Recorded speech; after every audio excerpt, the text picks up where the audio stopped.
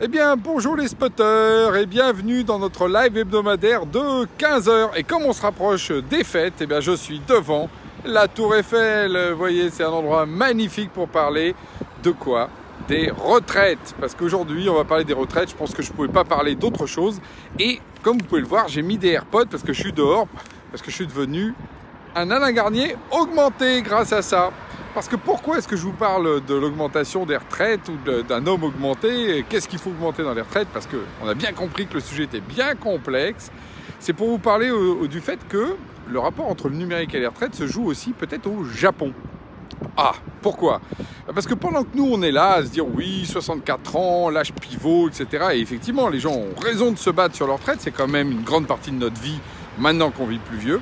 Bah, au Japon, il y a un autre sujet qui est en train d'être mis en place. Et c'est lequel? Je vais vous le dire. C'est qu'il se trouve que ils ne sont pas à se poser ces 64 ans, ils en sont plutôt à 65 ans en moyenne. Il y a 26% des Japonais à 65 ans qui n'ont pas pris leur retraite et ils réfléchissent à la retraite à 70 ans. 70! Alors vous diriez ça, alors là on aurait tous les syndicats et même tout le monde dans la rue. Sauf qu'au Japon, c'est très sérieux. Mais le problème, c'est que les Japonais, même si c'est des gens incroyables et formidables, comme on le sait, eh ben, c'est des humains comme les autres. Et donc, ils sont fatigués et ils sont, comme on dit, cassés, avec justement leur corps qui ne suit pas. Et c'est là où le numérique arrive. Papam! C'est de la même façon que moi, là, j'ai mis des petites oreillettes. Et bien, en fait, eux, ils sont partis à quoi? Et ce qui explose, c'est les exosquelettes. Voilà. Vous savez ce que c'est, les exosquelettes?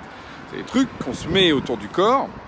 Par exemple, il y en a un, c'est un sac à dos qui fait que ça prend les bras et ça permet de soulever des charges de 25 kg. Ce qui fait que des gens en fait qui peuvent plus porter parce qu'ils sont fatigués, l'exosquelette va faire le travail à leur place. Alors il y a pire que ça, parce que là pour le coup, celui-là je l'ai vu, je vous invite à aller le voir. Je mettrai le petit lien d'ailleurs après. C'est carrément maintenant il y a des exosquelettes, c'est des queues artificielles. Vous savez les queues comme les singes. Je me suis dit mais à quoi ça sert d'avoir je n'allais pas dire une grosse queue, mais voilà, c'est que en fait ça sert tout simplement à faire de l'équilibre. C'est quand vous portez une charge, si vous avez une queue qui derrière va faire en fait l'équilibre, vous allez pouvoir porter beaucoup plus sans faire porter justement à votre dos ces éléments-là. Donc il y a une queue artificielle qui est en train d'être... Et ça coûte 1300 $ pour avoir un exosquelette, donc vous voyez, c'est pas si cher que ça, entre guillemets. Et je me suis dit, ils sont quand même dingues les Japonais quand même. Et en fait, je me suis dit, mais là, vous voyez, avec mes AirPods, je suis déjà un petit peu augmenté. Mais moi-même, depuis quelques mois, j'ai acheté un VAE, vous savez, les vélos à assistance électrique. Et donc, d'une certaine manière, moi aussi, déjà, je suis un peu augmenté. J'ai besoin d'électricité parce que je me fais vieux dans les côtes et j'arrive pas vraiment à pédaler. Donc, voilà ce que le numérique peut peut-être nous réserver. Ça nous fait réfléchir à ça parce que, d'une certaine manière, on est dans cette logique-là d'être des éternels jeunes et que quelque part, ces grands débats autour de la retraite nous renvoient à ça. Qu'est-ce qu'on veut faire finalement de notre grand âge? Est-ce qu'on veut être des éternels jeunes avec une capacité, et dans ces cas-là, l'exosquelette, la queue augmentée, allons-y?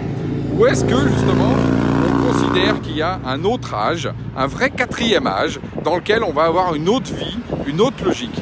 Et là, ce qu'on voit, c'est que le numérique, dans une approche très transhumaniste, essaye finalement d'amener plutôt cette idée d'éternelle jeunesse. En tout cas, c'est la promesse qu'il y a. Et quand on regarde tous les outils numériques qui sont autour de nous, ils sont souvent un peu dans cette philosophie-là.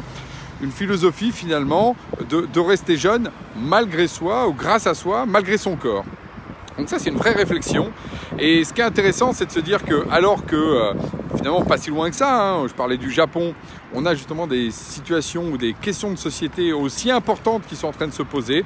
Parfois, j'ai l'impression que nous, on se base sur des petits détails, fondamentaux certes, mais clairement, la question du choix de société dans lequel on vivra plus tard mérite vraiment qu'on s'y penche et qu'on y penche sérieusement parce que ça va être aussi ça notre avenir à tous.